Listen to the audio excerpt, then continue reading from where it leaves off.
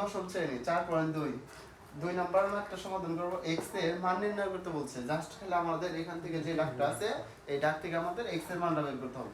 তো x এর মান যদি আমরা বের করতে যাই তো আমাকে এখানে একটা সূত্র দেওয়া আছে। সেই সূত্রটা হচ্ছে log a ভিত্তিক log বা a বেসটা ধরবো আর এটার উপর কত আছে বলো x ইকুয়াল হচ্ছে কি n।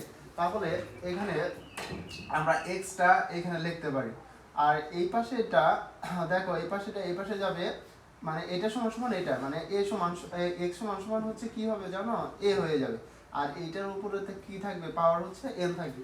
তো এখানে আমাদের যে কাজটা করতে হবে আমরা যে কাজটা করতে পারি এখানে তাহলে এখানে কি রয়েছে আমাদের বলো তো দেখি মাঝখানে সমান সমান থাকলে কি দিতে হয় ভা দিতে হয়। আমরা ভা দিলাম। তো এখানে আমাদের লগ এখানে আমাদের এই যে লগটা এই লগটা আমাদের কি করতে হবে উঠাই দিতে হবে। তো উঠাই দেওয়ার ক্ষেত্রে আমাদের যে কাজটা করতে হবে এই যে আমাদের সূত্রের মাধ্যমে আমরা ফলাইতে পারি যে উপরের যে এক্সটা থাকবে সেটা আমরা কোথায় লিখতে পারি বলো তো দেখি নিচে লিখতে পারি। এবং এইখানে দেখো 3 আছে না যদি 3 থাকে তাহলে এইখানে যেমন হচ্ছে আমাদের এক্সটা আমরা প্রথমে নিছি এটা এই পাশে নিছি। তো আমরা এখন এক্সটা যদি এখানে নেই তাহলে 5 টা কোন পাশে যাবে ওই পাশে যাবে। যাওয়ার পরে এখানে দেখো কি লিখছি আমরা বলো তো দেখি n লিখছি উপরে n ছিল দেখে পাওয়ার n লিখছি তাহলে উপরে কত আছে 3 তো এটার উপর কত হয়ে যাবে কিউব হয়ে যাবে 3। তো x আছে x 5 কয়বার লিখতে হবে আমাকে 3 বার।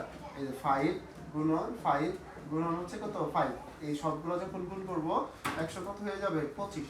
তো এটার आंसर হচ্ছে 125 এটাই आंसर।